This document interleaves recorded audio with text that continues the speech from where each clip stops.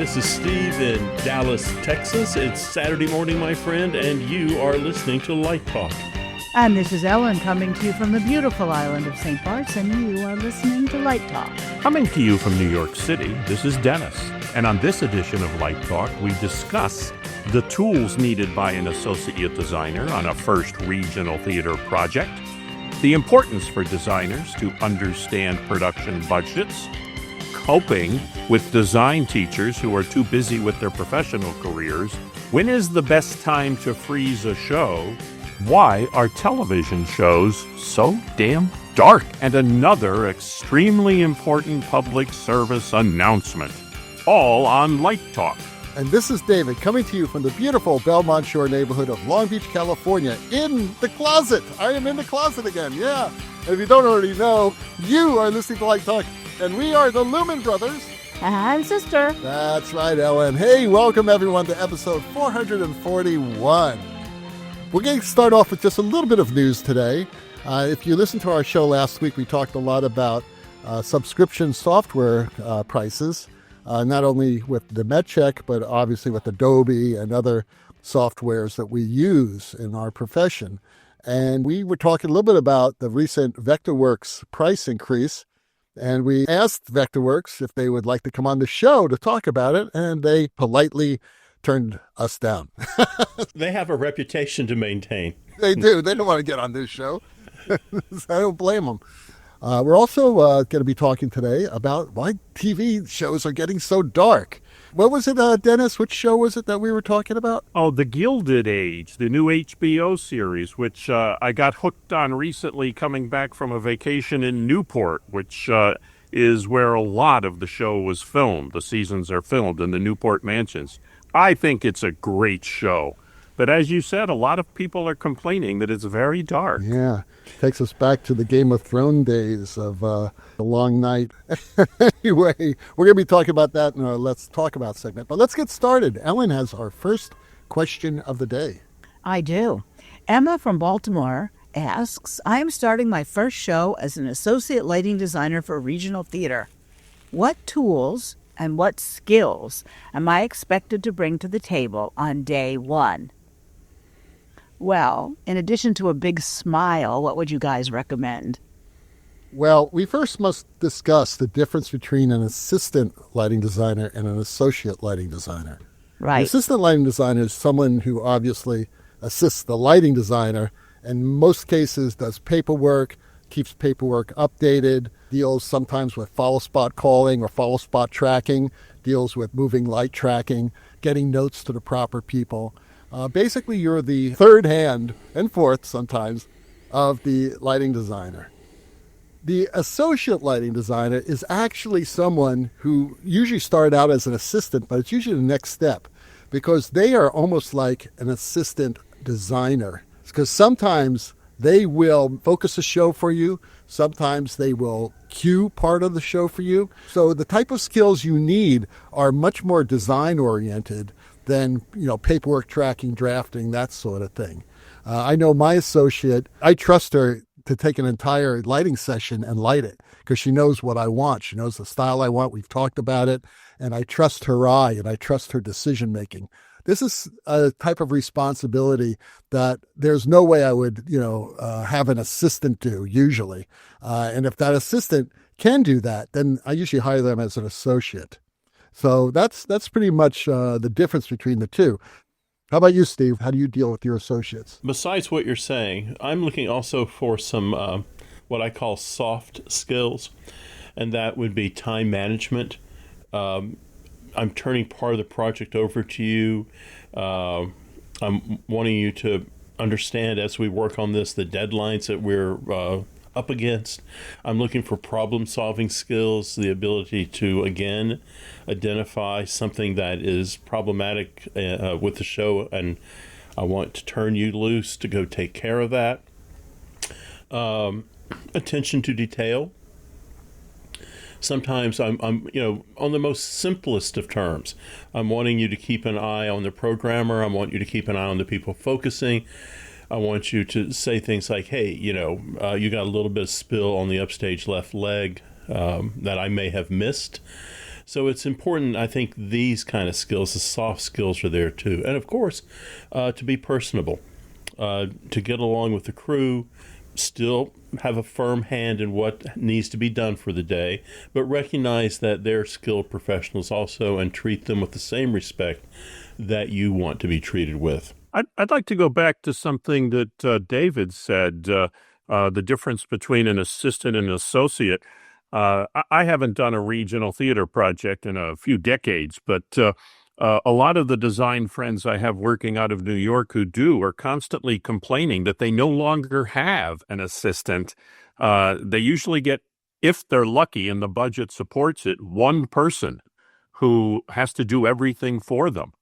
So other than a Broadway show where you have an associate, perhaps two associates and a couple of assistants, I think Emma from Baltimore might end up being not only the associate, but also an assistant, doing a lot more that used to be done for the designers. Yeah, we don't know what the rest of the crew there is, but... Well, didn't our sister Anne write a book? I can't remember the name of it, but... She did, about the assistant lighting designer's toolkit or something. Right, Yeah. that's it. Yeah. Yeah, but an associate is someone who's really a designer, is more of a designer than an assistant.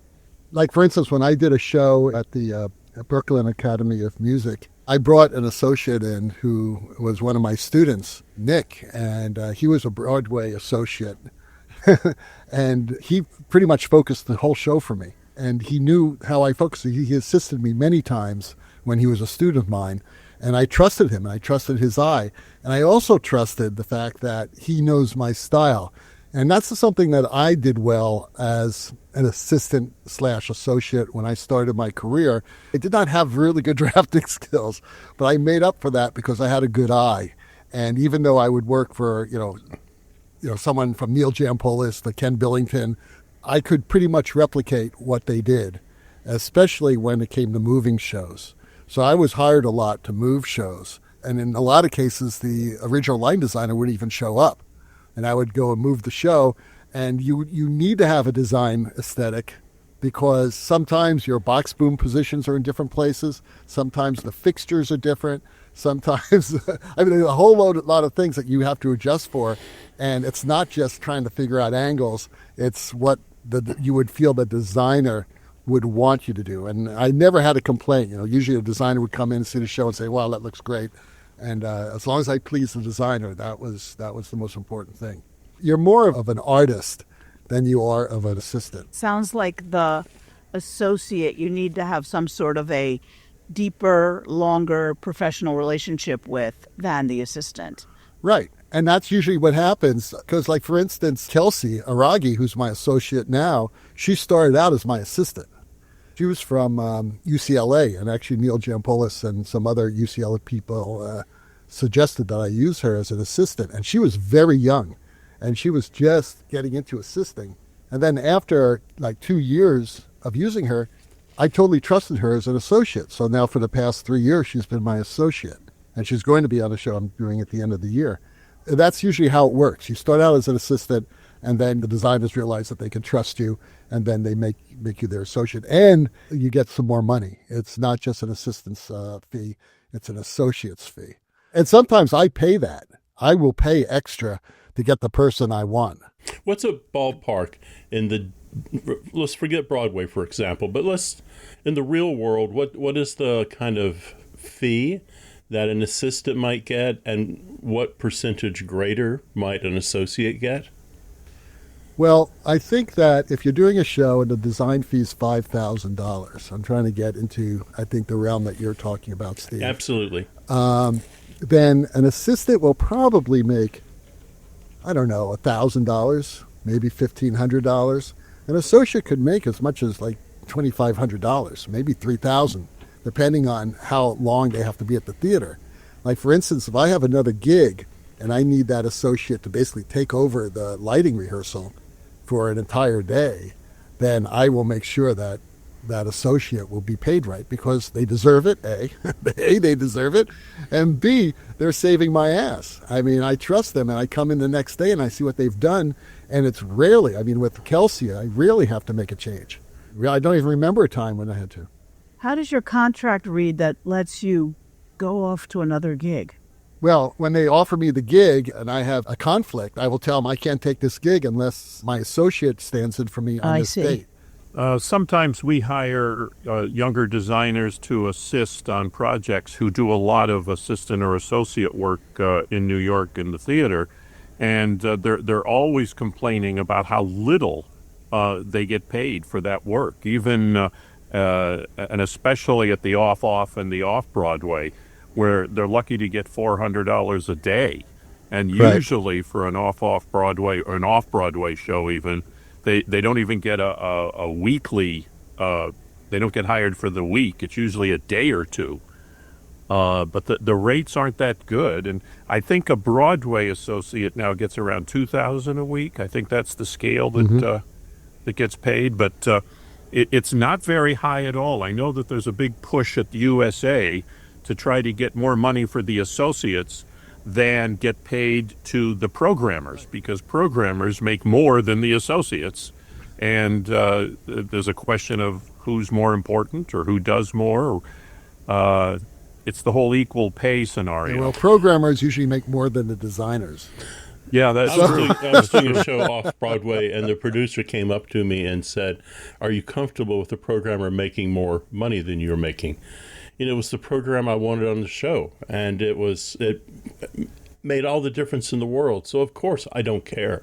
I'm happy with the contract I have, and I'm not going to, whine about someone else making a few dollars more. What you could have said, Steve, was, I don't know, you want to pay me more? That never entered my mind. I will always treat a programmer pretty much like an associate designer, and make sure that scale, they get paid accordingly. The only difference with that is that the programmer is not in on a lot of the design discussions that you're having with the director. The associate is sitting right next to you. Sometimes they're in meetings. I have my associate come to meetings with me. And usually that's the case, actually. And so they understand what's going on. They understand what the director wants, and because it's already been discussed. A programmer, I've never seen a programmer in a design meeting. Never. Because they're usually union, and when the clock hits 10 o'clock, they're out of there. And that's okay. That's fine. But in the sense of coming up with an effect, then yeah, sure, they're kind of an associate. They're kind of co-designing it. But they certainly don't see the overall artistic vision of it because they haven't been in the process. Sure. I think one of the skills also is a strong work ethic. That's really important for anybody that's covering for any designer. And a lot of times, like you said, David, you'll have your associate. I'll do the same thing where I'll bring an associate in on a project who's expected to cover me when I'm not there, and sometimes actually take over the job. Mm-hmm. So the producers expect essentially a clone of me to be there to take full ownership of the show when I'm not there. And that involves having a very strong work ethic. Yeah. Well, everything in theater is a strong work ethic, but I think you're right. When I was remounting shows for Neil Jampolis when I first got started back in the 80s, I was the lighting person. I was the lighting designer, pretty much. I was remounting his work, and I was getting it as close as possible to what his intentions were.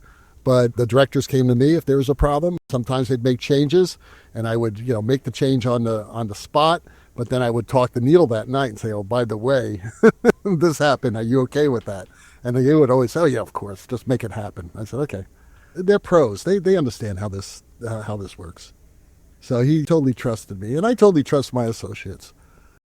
An anonymous young designer asks, I've recently started working professionally in smaller theaters as a lighting designer and have been getting pushback from producers I work with who complain they don't have the necessary budget for my equipment rental and any crew. They argue that the lighting costs are too high. It's tough enough to negotiate for a decent rate for my work, but how do I get the money to provide for the tools I need to create a successful design?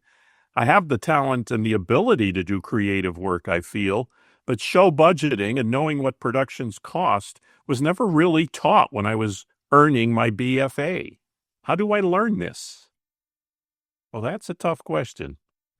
I think Again, I don't teach anymore, and I don't know how you guys are handling it, but I was never taught about the business of show business when I was getting my MFA. And when I went out into the real world and started working, it was a real problem. And I'm guessing that students now going out into the world also have the issue of not being aware of production budgets. In TV land, there's always a unit manager or a tech manager, somebody that's supervising the budget and doing costing. At LDG, we have production managers that handle all that. But over the years, it's something that I've had to pick up. I need to learn and know if I'm going to do a show with 100 moving lights, what those moving lights are going to cost to rent. Because if the client only has $40,000, well, we're not going to get 100 moving lights. So it's important to stay in touch with the rental houses, whether it's a four-wall or a main light or PRG, whoever, and just find out what rates are.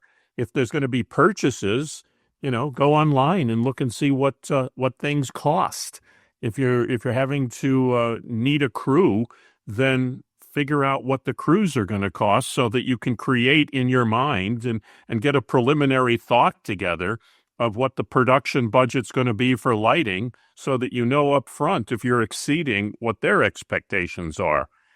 9 times out of 10 these days, when we get a call for a job, clients don't even have a lighting budget. They're expecting us to tell them what it's going to cost, and then you go into the hostage negotiation that it costs too much and try and figure out what it is that you can get for what they're willing to purchase. But it's very difficult, and budgeting is it's a skill set that should be taught, and I don't believe it is. Are you guys teaching that sort of thing at the universities? It's hard to teach it. It's a moving target. So, we can sit down and we can take a look at what Alico costs daily versus 7 days, and you get 4 days, for the price of one or whatever. We can look at all those numbers. I always think the budgeting comes down to understanding what you want the light to do and how can you accomplish it 3 or 4 different ways. I thought it was interesting when we chatted with the gentleman who did Trans-Siberian. His budgets are as tight as anybody's budgets are. And one of the ways he starts is he knows what he wants his design to do. Then he talks to the rental company and says, what equipment do you have that will provide what I want? It doesn't have to be the newest, latest thing. It's like, oh, no one's renting that stuff today, but it will accomplish the task at hand. I think you're right. I think it is staying in touch with electricians, production managers, and kind of tapping into that collective consciousness of what things cost. And they cost, and they're different depending on the town you're in. A Grand MA that you would rent in Dallas is not the same price as the Grand MA you would rent in New York City. Frankly, the New York City Grand MA is cheaper because they're more in the market there.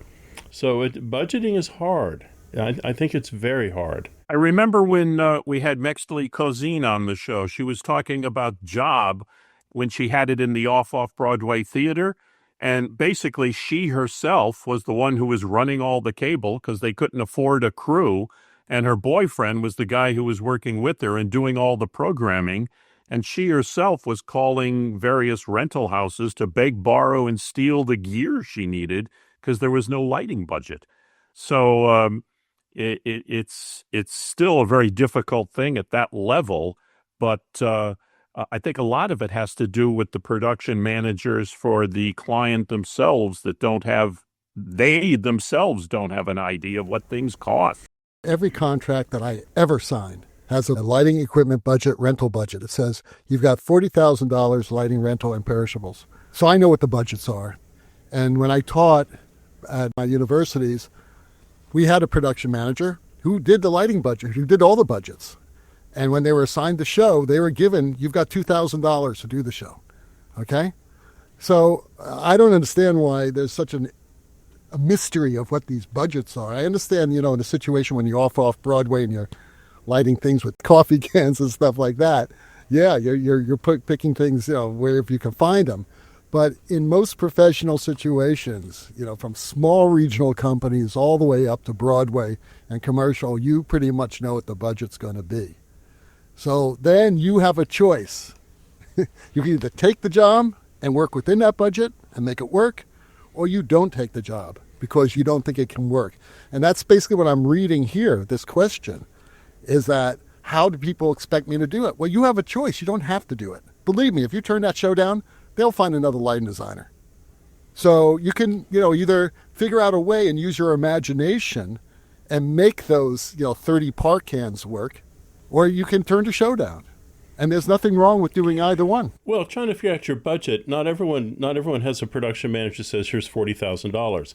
For example, if you are doing a small country western band, you might have a budget of $1,500 a night for 60 park cans. Everything is based off the number of dates you're doing with that rental company, and the price could go up or the price could go down. Or they come back to you and say, we can provide you what you want, and it's going to be ground support. And then you're in that negotiation of, well, I only got X amount of dollars, ground support works. Jesus, we're doing a show at the Grand Ole Opry in 3 months. Could you put motors in there so that we look good in our hometown? And even if someone says, here's your $40,000, you kind of have to know what $40,000 will buy you, what it will get you. Of course you need to know that. That's the only way you can decide whether or not you want to do the project. Right. And I think it's a little different when you're doing bands, and country and that sort of thing, when you're doing that type of small type of tour thing. Well, this designer is just starting out. So, they're very much there. Yeah, but, even when I was starting out and I was doing these small Shakespeare festivals, I knew what the lighting budget was. And if it wasn't there, I would ask. I would say, how much time do I have and how much money do I have? Because I believe what Steve Shelley said in his book, those are the two most important things when you're deciding whether or not to take a show. It's time and budget. How much time do you have to hang the show, focus the show, cue the show, and how much money you have in the budget. And I think that's really important. I just don't understand how anyone could take a show without having that information. If it's not in the contract or the offer, you got to ask for it. And you should also ask them for a production schedule. That way you really know how much time you have. I would never take a show without knowing how much time I have to focus the show and to light the show. Because if they told me I have 12 hours and I knew that show was going to take 30 hours, I would say no. Well, I think in this case, you have to consider who you're working with. And this seems like these are small theaters, maybe down the ABCs. TCG used to publish theater profiles, which showed you the budgets, the operating budgets of all the regional theaters in the country. So you could look at that. You could say, well, I'm going to go to the Guthrie Theater, and they've got a $3.5 million budget. That kind of tells you a little bit about what their budgets are going to be for their productions. And I remember one of the theaters in New York, their operating budget for 6 shows, and they were down the ABCs, was $25,000. So if they're doing 6 shows and their budget is $25,000, your rental budget is like $1. It's not good. They just don't have the money to spend. But I think David's right. I think about the contract, you do sit down and you say, how much time do I have to do it? What do you want to spend on it? And when they tell you we want to spend $1,000, you kind of, by working in the industry, you know what $1,000 will get you. Might get you a lot for a one-day show, but if your show is running for 4 weeks, all of a sudden that $1,000 is not so much anymore. I know they asked about, they were just starting out, but on Broadway, there's obviously the weekly rental. And sometimes when box office sales are not what they are expecting, they might go to different departments and say, can you cut your weekly rental back? So a lighting designer that I've spoken to about this issue says that they sometimes, if they have the money up front, get about 25% more than what they really need in case A, the director asks for things they hadn't planned on originally and they need it, and B, when the producer comes and says, hey, you have to cut back, they can give 10 and then 10, and then if they have to, another 5. That's called padding the budget. Right. That's a negotiating tool. That's very Right. good, though. Sadly, I don't have the opportunity of working with a lot of the people you work with, David, because I can honestly say at least 90% of the jobs I do not know what the budget is. That's because they don't need it. They have millions and millions of dollars. You're doing the fucking Super Bowls. Come on. Who the hell do you think you're kidding here? We know we're going to be pressing on money. You guys are networks. I mean, come on. Good Morning America. I guess the lighting budget's $2,000. Good. I don't think so. It's $2,000 for donuts every day. Yeah, right. No, but it's nice to know what the target is so that you can then plan accordingly. Right. Well, how do you plan if you don't know the budget? You do the plan first, and then they say that's too much, cut back. Okay. Let me tell you, I used to work for Disney. I was a consultant for Disney a long, long time ago. And we never got a budget. You know why we never got a budget? Because it didn't matter. They would pay for it. Whatever it is, they'd say, okay, no problem. They may have a number in their minds, but they never said this has to be no more than $2 million. Because we were just designers. We were just designing the damn thing. So they figured out a way how to get it. Don't you remember when they cut the purchase and refit of the aircraft carrier that was going to sail up the Pacific coast and over to Japan and down to Australia and back? I have the next question. Another anonymous person. All these people are anonymous. They don't want to be known. But this one I totally understand. An anonymous student from North America asks, I am a graduate student at one of the well-known graduate lighting programs in the United States, and I am very unhappy. My lighting professor is only here one day a week because he is a very successful professional designer. He rarely sees our shows and therefore cannot help us when we are in the theater or really critique our process. This is the start of my second year, and his schedule is even busier than ever. I know that I'm fortunate to attend a school with such successful professors, but what good are they if they are rarely here?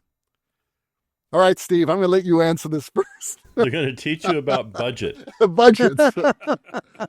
They need a second lighting teacher. That's what they need. Yeah, they do. You see a lot of schools have a second lighting Yes. teacher. I think Yes. what you're buying into is when that person is there, and probably they're teaching the entire day, you've really got to just get everything you can possibly get out of them because they're successful for a reason. And everything, I mean, I really mean this, everything they say is important. And your reason you're going there, let's be honest, is you think that person is going to open doors for you and they're going to get you to a certain level faster than a school. You made a choice, and I don't think you made a bad choice, but you have to understand the choice you made. I had a good friend who went to a college and decided he really wanted to work on Broadway. And the college he was at was not going to get him anywhere. And he had finished 2 complete years of that program. He went to NYU, and they accepted him into the program. And he said, I've got 2 years at this other school. How many credits can I transfer? And they said, not a one. You got to start over. And he is a successful Broadway designer to this day because he finally got to where he needed to be, and he took the negative aspect of it. People not there all the time, but the positive aspect of it was right there in New York City where theater is happening, and he's working with some of the best designers and teachers in the country. So, take advantage of it. Take advantage of every minute he or she is in that classroom. I totally agree. Assuming that this school does have a second lighting teacher, then it's probably the best of both worlds for you. Yeah. Because that second lighting teacher is valuable as well. I remember a time when Lapp was the second lighting teacher at Cal Arts, and they would bring in people like Hal Binkley and people like that, one day a week. I mean, that's, again, the best of both worlds because you had, this incredible Broadway designer coming in, and then you had young Lapp, who was also a great designer, even in his younger age. He's a terrific designer now. We all know that. And he's now heading his own program. But that was a very, very good situation. And it's the same thing when Anne went there. She dealt with most of the grad students, and Lapp dealt with a lot of the undergrad students. But you also had Lapp there if you're a grad student, because he would see the shows. And he's a very generous person, and I'm sure he helped out quite a bit when Anne wasn't there. So I think that's a great, great situation. You're a very lucky student, if that indeed is the case. If you guys are just on your own for the other 6 days of the week, then that's a problem. Absolutely. Because you need someone to see your show, to see your process, and to critique you on that process, because that's how you learn lighting. Today's Casserole of Nonsense on Light Talk is sponsored by... It's a public service announcement from No More 10 out of 12s. Because if we must suffer through tech, we might as well insult each other like it's $15.99. There's nothing more rewarding than designing a Shakespearean play. But let's be honest, tech rehearsals? Yeah. A battlefield, tempers flare, patience wears thin, and we've all said things we later regret. But fear not, you no longer have to rely on your tired 21st century vocabulary. Instead, in the spirit of the bard himself, channel your frustration with class, wit, and a healthy dose of Shakespearean sass. Let's explore 3 very real moments from tech and how you can respond like an Elizabethan legend you are. Let's start with the quick change meltdown. The scourge of the costume shop. Too many layers, not enough time, and an actor who's complained once too often. Shakespeare would say, "You curlish, beetle-headed flapdragon, may your next quick change require Velcro, duct tape, and divine intervention, and may it all unravel before the director's very eyes." Or, the actor who can't find their light. He's been blocked the same way for a month, yet wanders the stage like a lost sheep in a fog.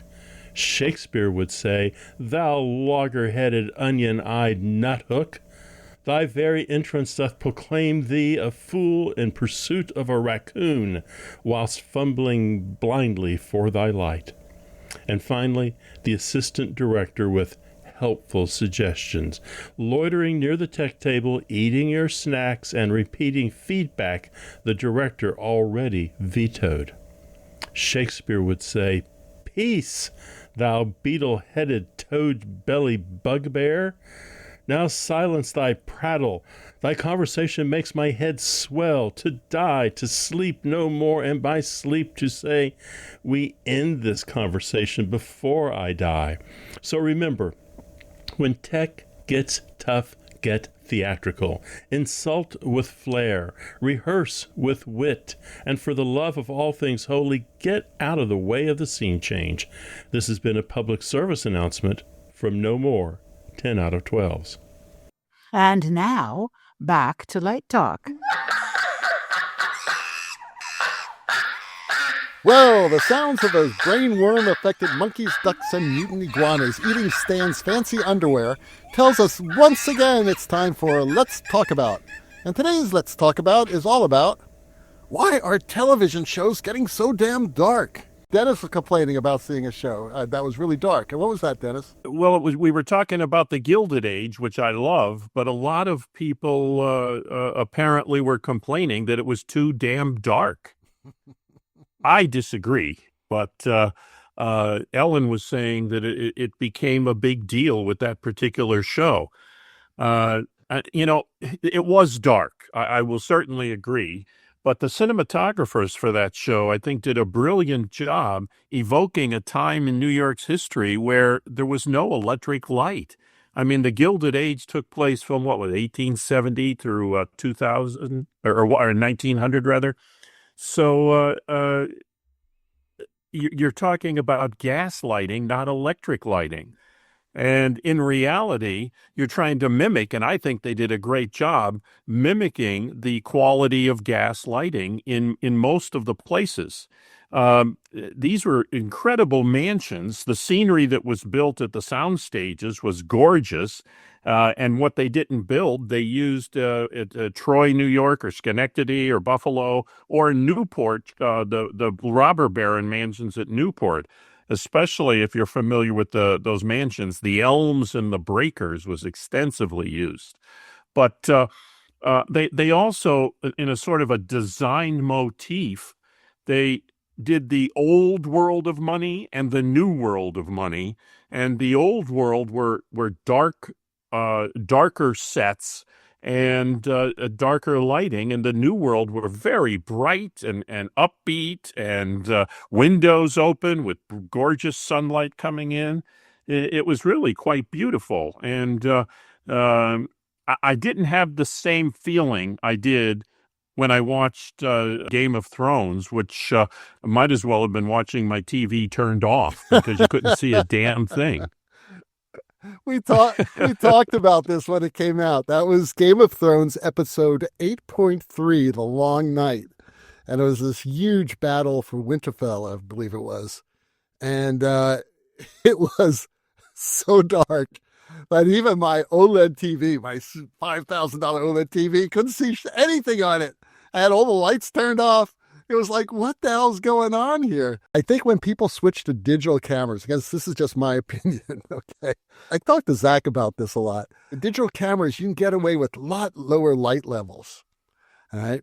The problem with that is that just because you get away with lower light levels means that you can still see things, especially depending on what the consumer has to watch it on.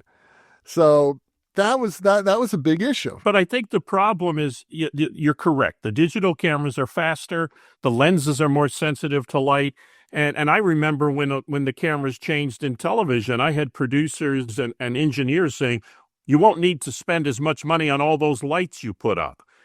That's the mistake. They just, and I think you have a lot of people now in film and television that because the cameras can read better in available light, they will use less light. However, they're not using the same amount of light. They're not putting accents on scenery. They're not using edge lights on hair. They're not putting side light on people. They're just using less light, front light. And the whole thing turns to mud. There's a lack of clarity in the picture. You know, I did soap operas for years at a time where we were trying to, keep it under 200 and 300 foot candles. Nowadays, you can do a soap with under 20 foot candles, but you're still in a dark room. You need to create the sense, the feeling of a dark room, but you still have to show that it's a room. People still have to have some kind of visual information. If there's no light on someone's face, that's one thing. But if the room is lit, then at least you have a sense of place. You know where it's happening. You put a little edge light on the person so that as they turn slightly, you can still see their face. Maybe just a very slight fill under them to make their eyes pop out. But what I'm seeing is they're just not using any light at all. And I'm seeing it more and more on television. And I'll say to my wife, I say, what the hell is going on here? These actors, how can they act? You don't see their face. You don't see their expressions. It's truly about what they're doing, not what the set is doing.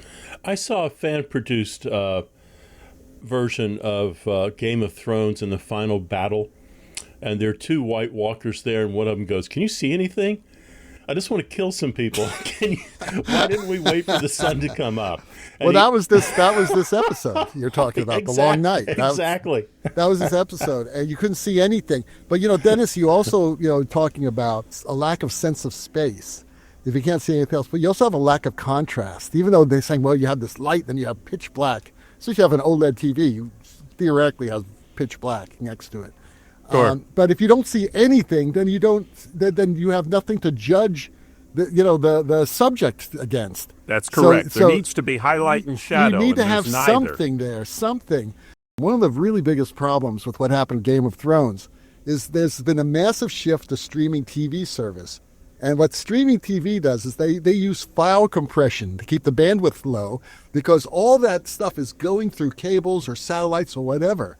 And this compression is absolutely terrible for dark scenes because you get really overcrushed blacks. And one of the problems that I saw, because again, I was watching this on my, super expensive TV, and you see all these blocks in the blacks and, just like digital blocks. And you're saying, oh my God, this is HDR. Why are there digital blocks? Well, because they can't send enough signal over to actually get it, because everyone's watching this show. So they have to like use this file compression so that everything can, be sent to everybody's television. So it's just a real big problem. Now, I assume it hasn't gotten much better. But again, it's going to be up to the cinematographer about this and the director. And they're making that decision, but they're not thinking that this is a visual medium for the audience. Also, while they're shooting that, keep in mind that they're giving the director the very best monitor in the world to look at while he or she sees what the cinematographer's doing. It's true. Yeah, as Dennis was saying before, there's an interesting article that I found online from New York Magazine's Vulture, which is titled, "Even Cinematographers Think TV is Too Dark." And one of them, a woman by the name of Shasta Spahn, who shoots things Yellow Jackets Season 2 and American Horror Stories, says that a lot of people, she didn't name names, but she's saying that some people just don't know what they're doing. That's and right. As Dennis pointed out, she said they have no light in the actor's eyes. They have no separation between the foreground and the background. It's unskilled and looks horrible. The sensors on the camera are so sensitive and they have so much latitude now, it's easy for people who don't have much experience to go out in the dark and shoot a scene and think they've mastered it. But it still requires knowledge of the color grade scale, exposure, and knowing what your limits are. That's right. That was a great article, by the way. Yeah, that's a really interesting article. Yeah, thank you for sending that. There's a quote in there that I absolutely love. As one of these cinematographers said, "Lighting's never finished. It's just abandoned." Right. They said, you can't keep going over every little bit. Part of it is letting go. But that's very, very difficult. I did a project about 2-3 years ago, and it looked okay on the air. And I said to the operations producer, and everybody was, glad-handing, shaking hands. And they said, okay, this is going to be great. We'll as the saying goes, freeze that. But I said, it's not ready. We need to do a little more work. And what I was told was, if it's good enough for YouTube, it's good enough for us. Oh. And this was a major network show. Quality control has gone out the window. And that sense of abandonment that she said in that quote, it's just a sad state of affairs. But, that's really what the line is right now is YouTube, because right. Most people watch, younger people than our generation, watch all their TV on YouTube. Yep, on a phone. Well, Do you think the advent of LED lighting and television has changed the look as well? I'm not sure it's changed the look. Well, it has, yes, but I'm not sure that's not considered the main advantage. The main advantage is less instruments being required and less money being spent. And I think that's what the money changers look at it for. Right. And it's fairly common now to have moving lights on films. Interestingly, the Hamilton film is coming out. It's out. I'm anxious to see it in the theater. Have you seen it? No, not yet, but that looked fabulous on television. Yep. I'm wondering what it's going to look like in the movie theater. I would love to see it in the theater. And also, the new Downton Abbey film is coming out. Speaking of Gilded Ages and houses without electrical light.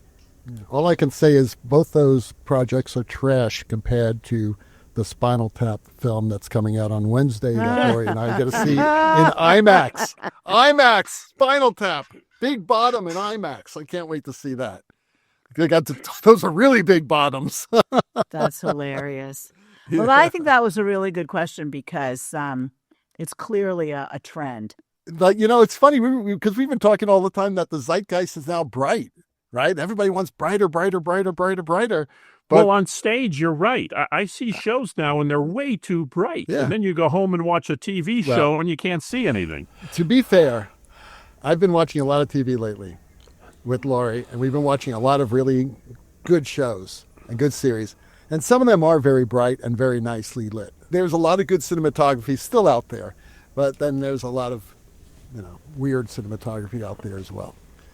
Okay, Steve has our last question of the day. It's from Danny in Philadelphia, and he writes, at a university, when do you like to freeze the show?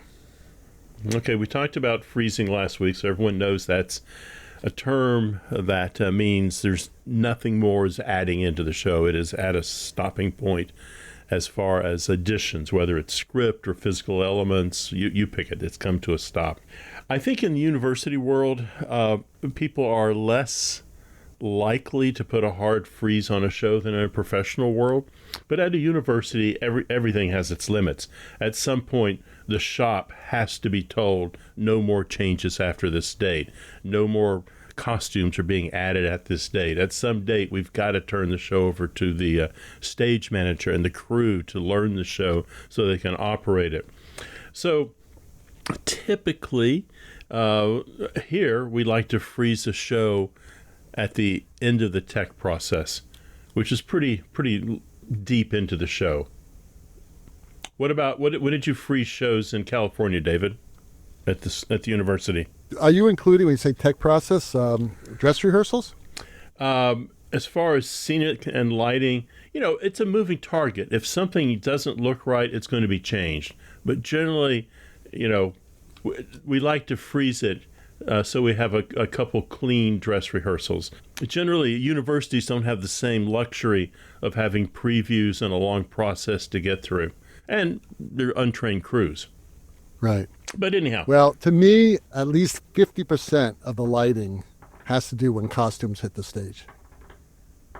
Because when you have like students out there in yellow school T-shirts and black, shorts, and you're trying to light that, I mean, there's no way you could actually compose it without seeing the actual costumes on stage. And that's such a critical moment of lighting design in the profession, is adjusting to costumes, usually in a very short time period, that we need to teach that. There needs to be, a chance for the student lighting designer to actually adjust for costumes. To me, it's a very important time, so I wouldn't freeze it then. And I totally understand that, changes in costumes, changes in set and things like that. Hopefully the set changes have happened all before that, but you never know, right? It depends on your director. And I think the director in a lot of cases needs to be spoken to about the process with designers, because some faculty directors do it better than others. Most don't do it very well at all. And sometimes if you bring in a professional director, their expectations are much too high. I know when we did it, the show wouldn't freeze until like opening night. And then sometimes we'd make changes after opening night, because this learning process, we're not trying to replicate the profession. Okay? And I wish schools will stop trying to do that, because it's really a waste of time. I think you teach students in the profession. You take them out into the profession and teach them that. But you need to teach them the techniques of how to do it in the school theaters, which are laboratories to me. So it's just two philosophies, that's all. I totally understand, when people want to do that, or maybe they don't have professional internships or things like that they can send students on. But I think that's really an important part of it, especially with dress rehearsals. Dennis, how about you? It's interesting because I had never really, I've heard the term, but didn't know much about it until Zach was talking about it a couple of weeks ago when I was out. What I'd love to know is, how did it start to begin with? I mean, I say many times on projects, okay, it's time to put a fork in it and call it done. But you're always wanting to make some kind of change or improvement. And the sense that I'm getting, and what Steve is saying, it's a date that's chosen fairly far in advance so that people say, okay, that's our target, we need to be done. How did that come about? It sounds to me like something a money changer came up with to let people know there'll be no more money spent. Well, certainly on Broadway, that's the case. I mean, once you are up and running, you don't want to have a union call and bring in, 35 people for a 4-hour call to make a lighting change. Right. Yeah, it's a money issue on Broadway. Plus, you got to understand that, in Broadway, these people are really pros for the most part. But again, a director can come and say, I want to change this production number. And if the producer says, okay, then they're going to have to deal with the costs. I mean, that's what happened, on many shows that I've done, where they want to make these major changes in the show, and I would have to relight it. So that does happen. After opening? Sometimes after opening. Like when the reviews say, this show would be great except for that god-awful dance number in the second act, And then they Right. come in and they go, okay, rehearsal tomorrow. We're cutting that. We're cutting that. That's song. right. And it's very expensive to do that, Yep, Ellen, yep. to your Well, point. especially if you have a union crew. Yeah. Well, also yeah. opening night, your contract is over at opening night. So if they want to bring you back in, Ellen, they have to sign a new contract. Right. That's what I'm saying. Yeah. It's money all the way around. And the union crew. I mean, being a union press agent, we sometimes, like, if they come in to do a big rehearsal or not necessarily cutting a number, but certainly recording something for television or recording some B-roll or, doing interviews on the stage with the designer or the set or the crew, all the unions get paid. Mm-hmm. So it's a Yeah. very expensive proposition to do anything after the show is frozen. And that's something that is good for a lot of the young designers to know, is that Steve is right. I mean, when the end of your contract usually ends on opening night. However, sometimes, especially if it's like a collective bargaining agreement or something like that, the unions will say, okay, if any extra rehearsals have to be done or lighting work, then these will be the terms of those daily rates. And usually in my contracts, if I'm working with a producer of some sort, I do have a clause in there about a daily rate for extra work if I'm available. That's when a good associate designer comes in very handy. Speaking of your contracts, you have an agent that negotiates this for you? I have an agent for all international work, but all the work I do in North America, I don't have an agent. I just negotiate it myself. Because it sounds like over the years you've added some pretty smart stuff in there. Well, only because I worked for the union. Now, I don't know if you knew this, Ellen, but I was a business agent for United Scenic Artists. I did not know. And when they expanded down to Florida, at the time I was living down in Florida, they asked me if I would be the Southern business representative from United Scenic Artists. So I did a lot of work negotiating, mostly stuff for scenic artists, for painters, with Disney and the films that were happening down in Florida at the time. Is that where you worked in Disney in Orlando or back in California? No, in Orlando I worked for Disney. I consulted for them. Okay, are we done with this? I think the gypsies are getting restless. Yes, the gypsies are getting restless. And here they come. Cue the gypsies.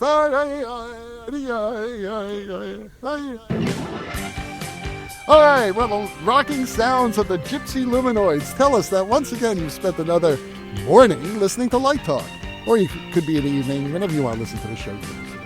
You can hear our show on just about every podcast site out there. Check out our website at lighttalk.org and be sure to follow us on Facebook. And don't forget to subscribe to our podcast. That way you will not miss a second of Light Talk Insanity. No guarantee is offered regarding the accuracy of any statements or opinions made on this podcast. However, if you do decide to litigate, you will have to deal with me, Snoot, from the Snoot Group. And don't get it twisted. Just because I married one of these losers does not mean I will go easy on you. So don't with me. Light Talk is written and produced by the Lumen Brothers And Sister. Coming to you from a closet on the Queen Mary in Long Beach, from the Lone Star State, from the Caribbean island of St. Bart's, and last and least, New York City. and be sure to join us next week when we talk about more lighting shenanigans and serve you more of our casserole of nonsense. Light Talk, broadcasting questionable lumen knowledge and humor around the world. So we'll see you all next Saturday morning. Bye-bye from Light Talk.